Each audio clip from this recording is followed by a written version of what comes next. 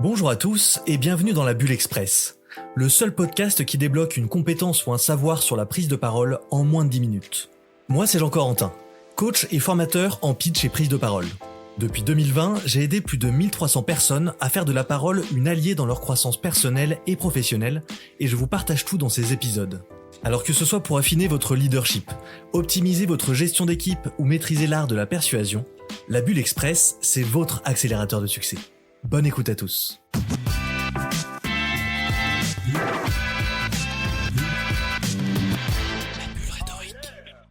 Bonjour à tous et bienvenue pour cette 4e analyse de la saison 5 de Qui veut être mon associé. Pour rappel, dans ce podcast, l'idée n'est pas de voir les pitchs dans leur globalité, mais simplement d'observer, de retenir 2-3 leçons par passage. Si vous voulez l'analyse d'un pitch au complet, vous pourrez retrouver ça sur ma chaîne YouTube. Chaque semaine, j'analyse un pitch du début à la fin et je vous mets le lien dans la description de cet épisode. Alors cette semaine, j'ai eu beaucoup de mal à choisir le pitch que j'allais analyser dans sa globalité parce que j'ai trouvé qu'il y avait beaucoup de très bons pitchs. On a beaucoup de bonnes leçons à retenir de cet épisode et c'est toujours une bonne chose. Surtout que, même si à peu près tous étaient bons, ils étaient tous différents. Et c'est ça qui est intéressant, parce qu'il n'y a pas qu'une seule façon de réaliser un bon pitch. Mais je vais réserver mon analyse globale pour la fin de ce podcast, et nous on va tout de suite passer à notre premier pitch. Et puisque j'ai choisi d'analyser le pitch de VIP sur la chaîne YouTube, on commence tout de suite avec le pitch de Clara qui venait présenter Substance of Light.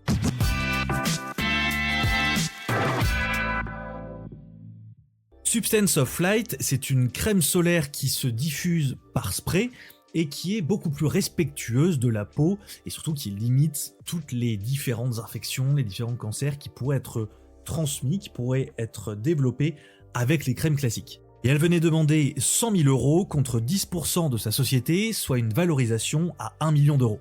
Alors moi, il y a 2 très bonnes choses que je retiens dans ce pitch. Le premier point, c'est le storytelling. Clara l'explique, son père a été touché par le cancer à cause d'une surexposition à certains UV qu'elle ne connaissait pas et que lui non plus d'ailleurs ne connaissait pas. Alors bien sûr, au-delà de l'émotion qu'apporte cette histoire, parce que c'est une émotion réelle, une histoire vraie, elle apporte autre chose qui parle d'elle. C'est qu'elle explique son why. On comprend pourquoi elle veut faire ça. Et donc elle nous fait comprendre qu'elle ne lâchera pas. Parce que ce qu'elle défend, parce que le problème auquel elle s'attaque, il la touche personnellement. Elle y a été confrontée elle-même, dans sa famille, dans ses proches. C'est un combat auquel elle est réellement attachée. Ça, c'est quelque chose de très fort pour montrer l'éthos, c'est-à-dire l'importance de la personnalité de l'orateur dans l'entreprise de conviction. Elle est crédible, on lui fait confiance parce que elle, en tant que personne, nous inspire cette confiance et cette crédibilité. Et ça, c'est quelque chose qui est très important. S'il y a quelque chose qui vous motive particulièrement dans le business que vous êtes en train de monter, dans l'affaire que vous êtes en train de développer, c'est important de le dire aux personnes à qui vous en parlez, que ce soit des partenaires, des investisseurs, ou quel que soit le cadre du pitch. D'abord, parce que ça montrera vos valeurs, c'est-à-dire qu'on comprend vos combats. Et deuxièmement, parce que ça montre que vous ne lâchez pas, parce que vous êtes touché particulièrement par ce sujet. Donc c'est quelque chose de très intéressant, et je pense qu'elle fait bien de le présenter à ce moment-là. On dit parfois qu'il ne faut pas être trop larmoyant.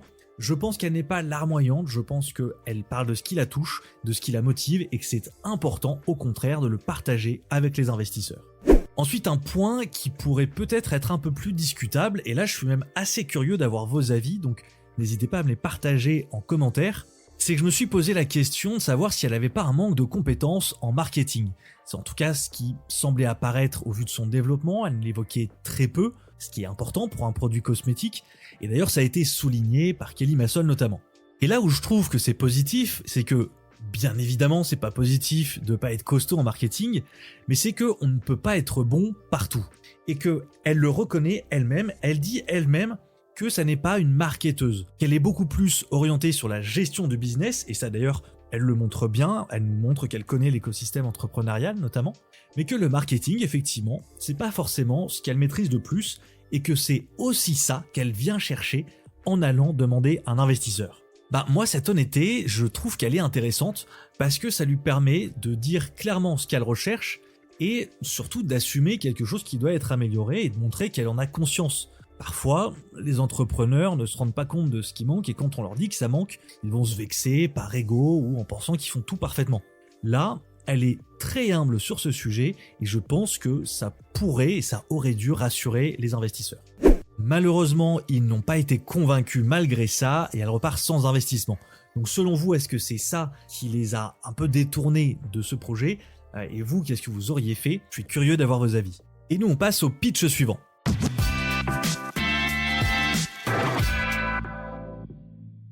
Le deuxième pitch qu'on va analyser, c'est celui de deux frères, Vincent et Pierre Marin, qui viennent présenter leur société Fertilène, pour laquelle ils demandaient 60 000 € contre 15% de part, soit 400 000 € de valorisation. Fertilène, c'est une société qui vient valoriser la laine de mouton, une forme de laine qui n'est pas exploitable dans l'industrie du textile, pour en faire du fertilisant via un procédé unique.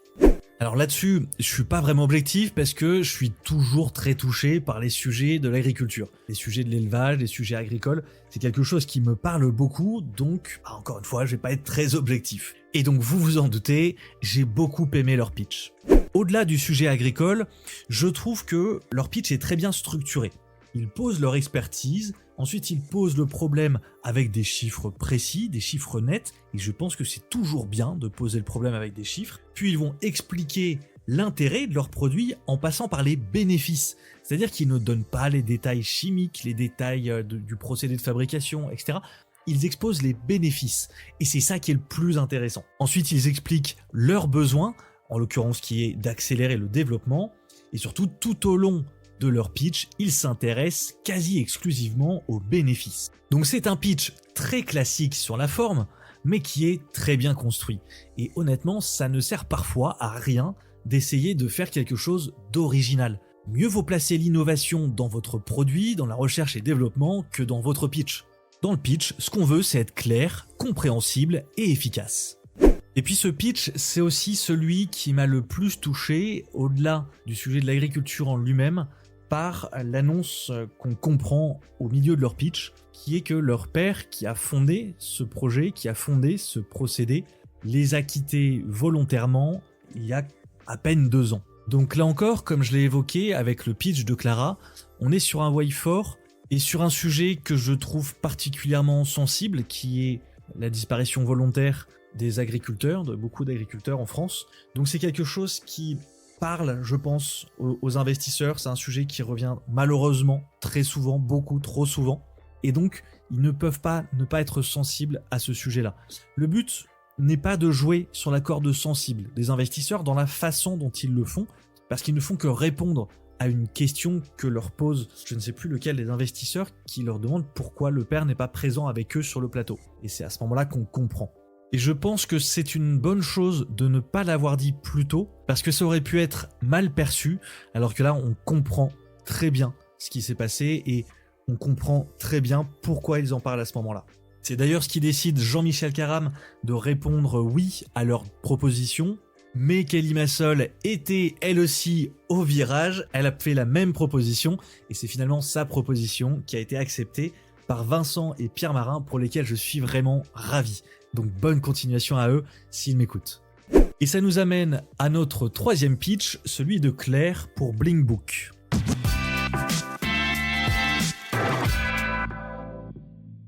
Bling Book, ce sont des livres de coloriage qu'on va pouvoir ensuite animer par intelligence artificielle. Et pour ce projet, Claire demandait 200 000 € contre 10%, soit une valorisation à 2 millions d'euros. Alors pour commencer, moi je trouve que le projet est génial. Dès que j'ai vu ça, j'en ai parlé à mon épouse qui a adoré aussi et je vais clairement devenir client. Mais malgré ça, il y a eu un gros problème pour moi dans ce pitch. Le gros problème ici, c'est que dans sa présentation initiale, je n'ai rien compris à ce qu'elle faisait. J'ai compris pourquoi elle le faisait, j'ai compris qu'il était question de colorier, de mettre en animation, mais je n'ai absolument pas compris comment ça fonctionnait. Et je pense que c'est normal parce que le procédé est assez innovant et donc on peut avoir un peu de mal à se le figurer, à se le représenter. Mais est-ce que c'est de ma faute ? Non, parce que je suis pas le seul à pas l'avoir compris. Et le premier but d'un pitch, c'est d'être compréhensible encore une fois. Donc je pense qu'elle aurait dû commencer par une démonstration de ce qu'elle faisait plutôt que de l'expliquer. Vous savez ça, c'est un principe dont je parle assez souvent, show, don't tell. montrer les choses plutôt que de les expliquer. Ici, c'est complètement applicable. Si vous avez quelque chose, une application, un loisir ludique, quelque chose qui se construit, quelque chose qui s'installe, c'est beaucoup plus intéressant de le montrer que de l'expliquer. Donc elle aurait gagné en clarté et en efficacité si elle avait expliqué les choses tout en les montrant ou si elle l'avait juste montré. C'est pas dramatique, elle l'a montré après, mais elle aurait gagné du temps. En revanche, il y a une chose qu'elle fait très bien, c'est parler de sa précédente expérience. Alors bien sûr, elle explique comment elle est arrivée à ce projet-là du Bling Book, comment elle l'a développé, l'originalité autour de son développement depuis le Mexique, etc. Mais j'ai beaucoup aimé l'idée de parler de son carnet de gribouillage. Parce que pour moi, ça montrait deux choses. Premièrement, ça montrait que elle savait mener un projet d'innovation dans ce milieu-là, dans ce milieu du dessin, de l'artistique. Parce que son carnet en soi a fonctionné, c'était un best-seller et il en a inspiré beaucoup d'autres. Et deuxièmement, parce que ça montrait sa résilience. Le fait que ça ait échoué ne dépendait pas d'elle, elle n'a pas fait d'erreur de business. Elle a fait les choses comme il fallait et elle aurait pu et même dû gagner beaucoup grâce à ce premier projet. Quand ça s'est cassé la gueule, et pas de sa faute à elle, au lieu de tout abandonner et de reprendre un boulot, de dire qu'elle ne refera plus jamais ce genre d'expérience, et finalement, elle se lance sur un autre projet qui est celui qu'elle présente aujourd'hui. Je trouve ça super intéressant parce que ça montre deux qualités. Premièrement, une capacité à innover et à se développer dans ce milieu-là du domaine artistique. Et deuxièmement, une capacité de résilience à affronter les difficultés et à s'en relever. Ce qui est pour moi une des choses qui définit le plus un entrepreneur. Donc globalement, le produit me semble intéressant. Maintenant, je pense qu'elle aurait dû être plus percutante au début et que, à cause de ça, elle n'a malheureusement pas trouvé d'investisseurs. Mais par contre, je pense qu'elle va faire beaucoup de bénéfices à la diffusion parce que c'est clairement le genre de produit simple à acheter qui fait des énormes booms quand ils sont diffusés sur l'émission. Donc si elle écoute ça, j'imagine que ça sera dans quelques jours parce que là, elle doit être dans les cartons. Alors bon courage et bravo.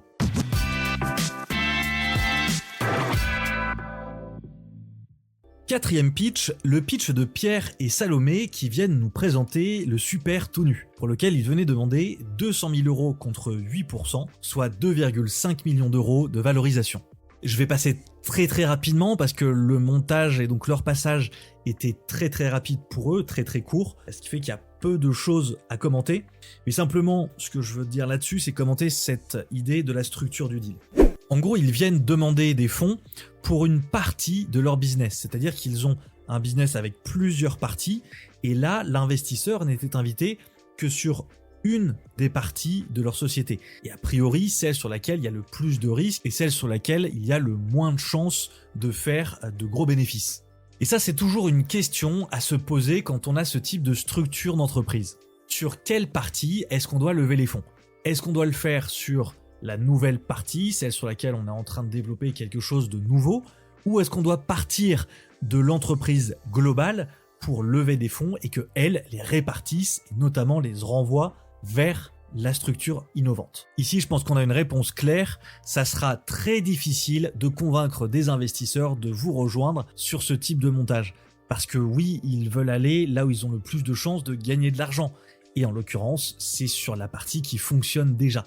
Donc, je déconseille ce genre de montage. En l'occurrence, ils n'ont pas trouvé d'investisseurs et j'avoue que ça ne m'a pas étonné. Mais malgré tout, je leur souhaite bon courage et j'espère qu'ils trouveront des investisseurs, soit sur cette partie-là, soit sur leur structure globale. Et ça nous amène à notre dernier pitch de cette soirée.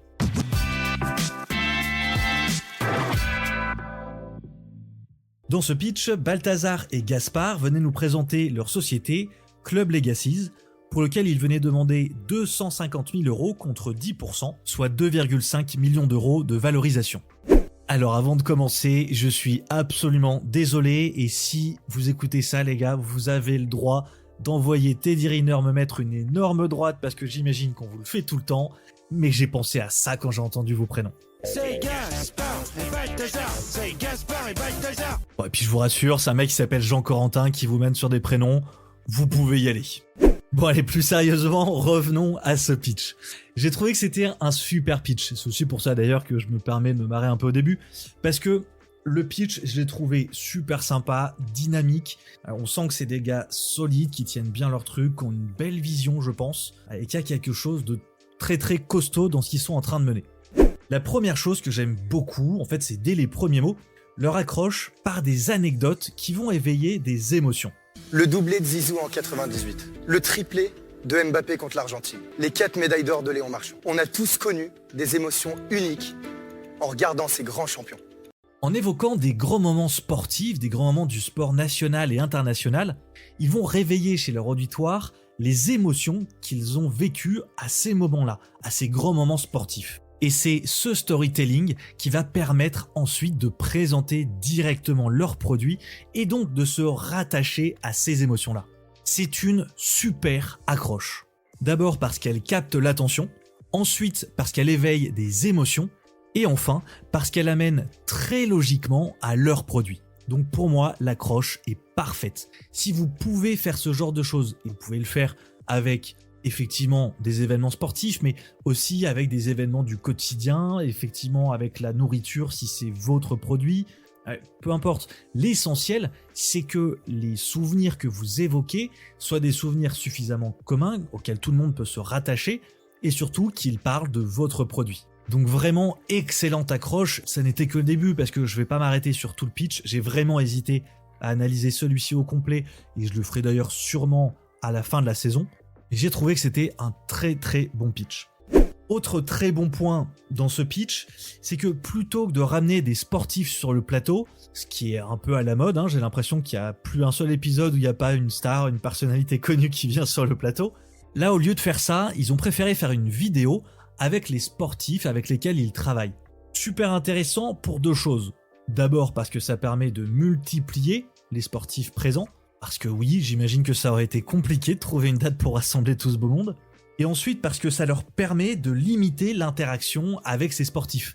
On les voit, on s'associe à leur image, on les associe aux produits, mais ils ne vont pas effacer les deux fondateurs, les deux entrepreneurs. Donc c'est une excellente façon de faire. Ils profitent de leur autorité sans être effacés par eux. Franchement, chapeau les gars, c'était la meilleure façon de faire ça. Alors j'aurais pu vous dire beaucoup de choses là-dessus, sur la clarification de leur innovation, sur le fait qu'ils sont précis dans ce qu'ils disent, qu'ils connaissent bien leur marché, qu'ils comprennent leur secteur, qu'ils ont une bonne compréhension du rôle des communautés, la question des barrières à l'entrée, etc. Il y aurait beaucoup de choses à dire là-dessus, mais encore une fois, je pense que je reviendrai dans la globalité sur ce pitch bientôt, en tout cas à la fin de la saison, sur ma chaîne YouTube. Donc d'ailleurs, c'est l'occasion de vous rappeler que vous pouvez aller vous y abonner. Mais ici, l'essentiel, c'est qu'ils aient eu une proposition de Alice Labrousse qu'ils ont validée, et donc ils repartent avec leurs 250 000 €.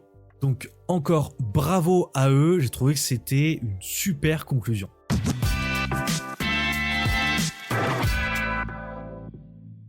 Alors globalement, j'ai trouvé encore une fois que cette soirée était très intéressante. On a eu des bons pitchs, des produits et des entreprises très différentes, avec des façons de les aborder très différentes aussi.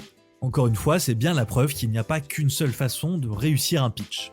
En revanche, j'ai l'impression que les chiffres diminuent. J'ai l'impression que les investisseurs suivent un peu moins les entrepreneurs cette année. Ça n'est peut-être qu'une impression, et après ça peut aussi varier d'ailleurs au fil de la saison. Donc l'essentiel c'est de voir comment ça va continuer.